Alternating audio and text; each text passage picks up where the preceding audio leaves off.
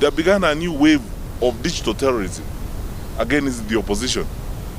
They have acquired resources from some criminal groups in the nation country, and they are accessing social media accounts of opposition leaders.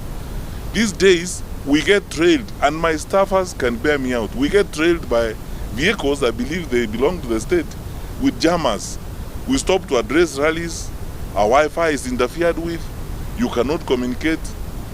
I was checking with my staffers who were checking with the team that Rigathi Gachagua was traveling with over the weekend. They began experiencing the same challenges on the trail. And these are jammers. I believe this is the work of the state. Who has the capacity to do that? You have seen unprecedented investment in propaganda, fake news, and so on. Last week you saw a letter purported, or a statement purportedly authored by Kanze Dena, the communication head of the fourth president, claiming that President Kenyatta has said he's not going to meet with Rigathi Gachagua and so on and so forth. All that is the work of the state.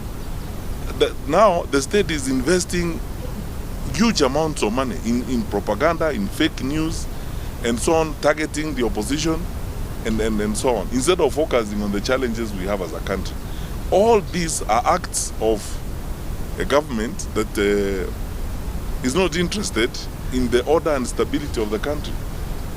And let us not delude ourselves. Let us not delude ourselves. Countries that have begun this path this way end up like some of our neighbors. The level of anarchy in the country and the evidence of state failure is all over, is replete. And by the way, we talk to senior officers even in the security sector. They are demoralized, they are so frustrated.